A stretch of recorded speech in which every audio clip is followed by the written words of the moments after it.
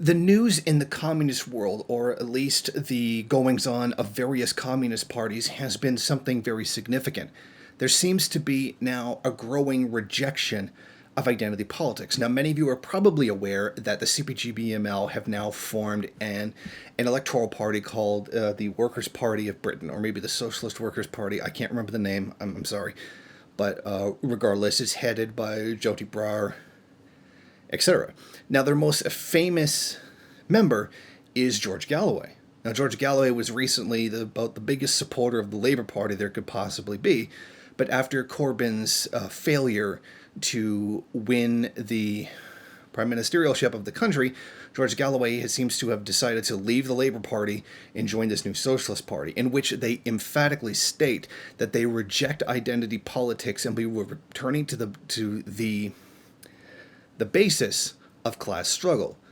You know, that thing that socialism and communism is about. Now, this seems to be a trend that is now continuing. The Communist Party of Malmo, and I hope I'm saying that right, in Sweden, half of their members have just walked out and have now decided to form their own party without the emphasis on multiculturalism, LGBT issues, and climate, what they call climate alarmism. So we do see a growing trend here of socialist parties now starting to reject identity politics. And this is a very necessary move because identity politics has completely destroyed the left. I mean, the left now, in places where IDPOL is a thing, IDPOL tends not to be very popular in the third world because people who are starving tend not to care about it, has completely undermined socialist parties throughout the Western world, the United States in particular. Now, it's not even a conspiracy theory at this point, so that the CIA is definitely supporting identity politics.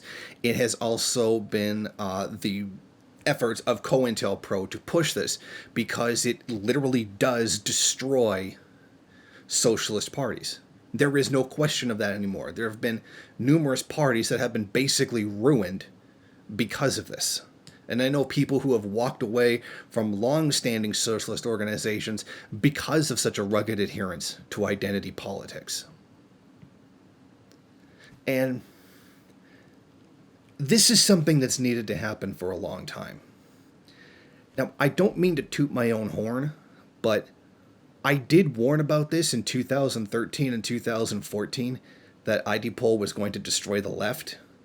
And the most anybody had to say was to scream homophobe and scream X-phobe everything, because naturally that's how you respond to someone who disagrees with you on a subject like identity politics is going to damage the left, which it very clearly has.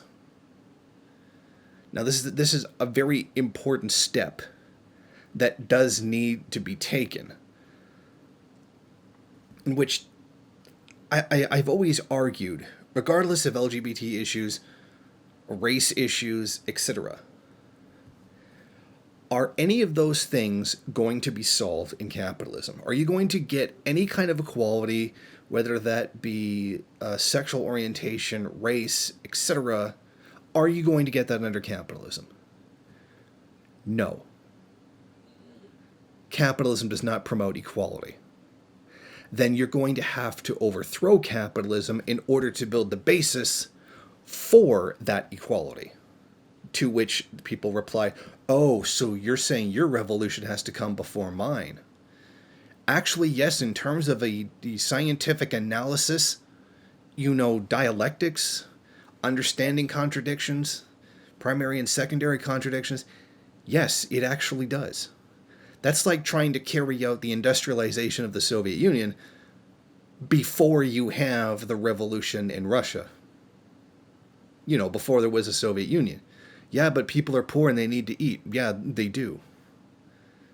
You would have to build the basis of socialism first before you could do that. But this idea is completely lost on the IDPOL so-called left. Anybody who propounds ID politics isn't a leftist, they're a liberal. It's pretty clear at this point.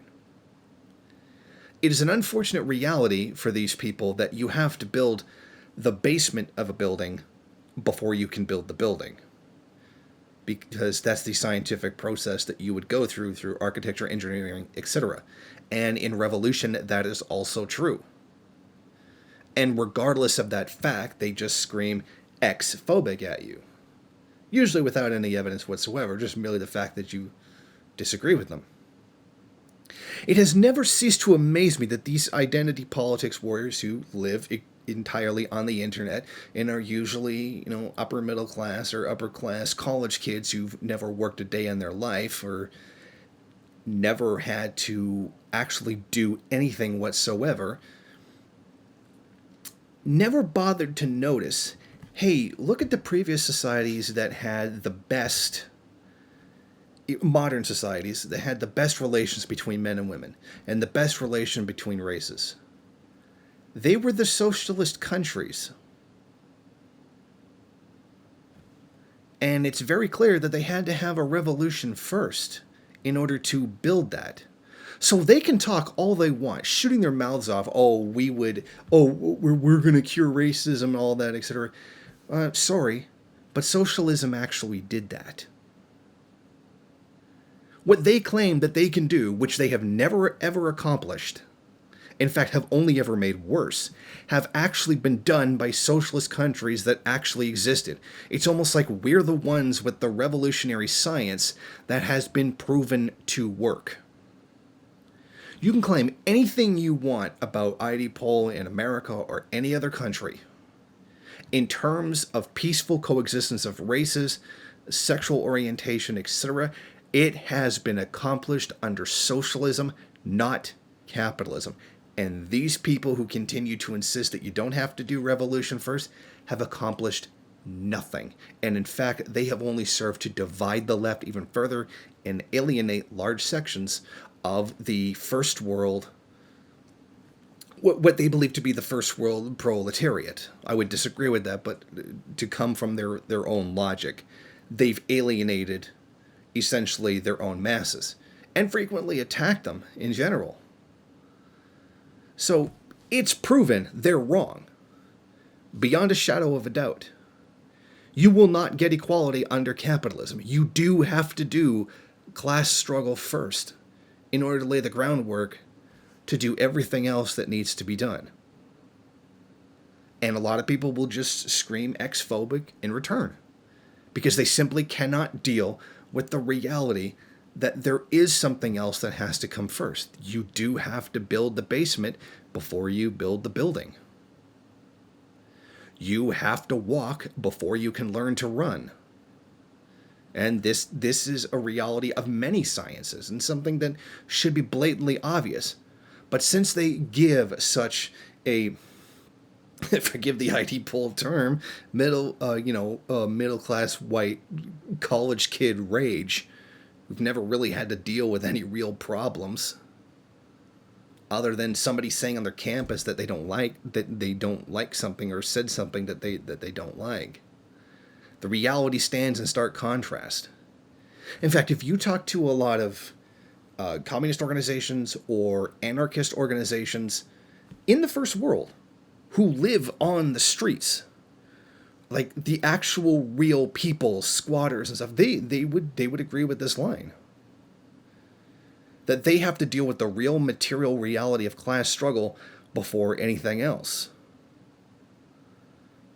I'm sorry, it's these obnoxious, self-centered, privileged little college kids who are saying the opposite. And they're wrong, and they're continually proven to be wrong, not just by the real communists and anarchists on the street today, but by all of socialist history in general. So while I question the practicality of trying to build revolution in the first world in general, if you do believe in that, then this is a very welcome change and something that there should definitely be more of in the future. Thank you for watching. If you like this program, then please head over to my Patreon page and set up a monthly donation. It's your donations that keep this program running. Also, if you would like, please rate, comment, subscribe, and share in various social media.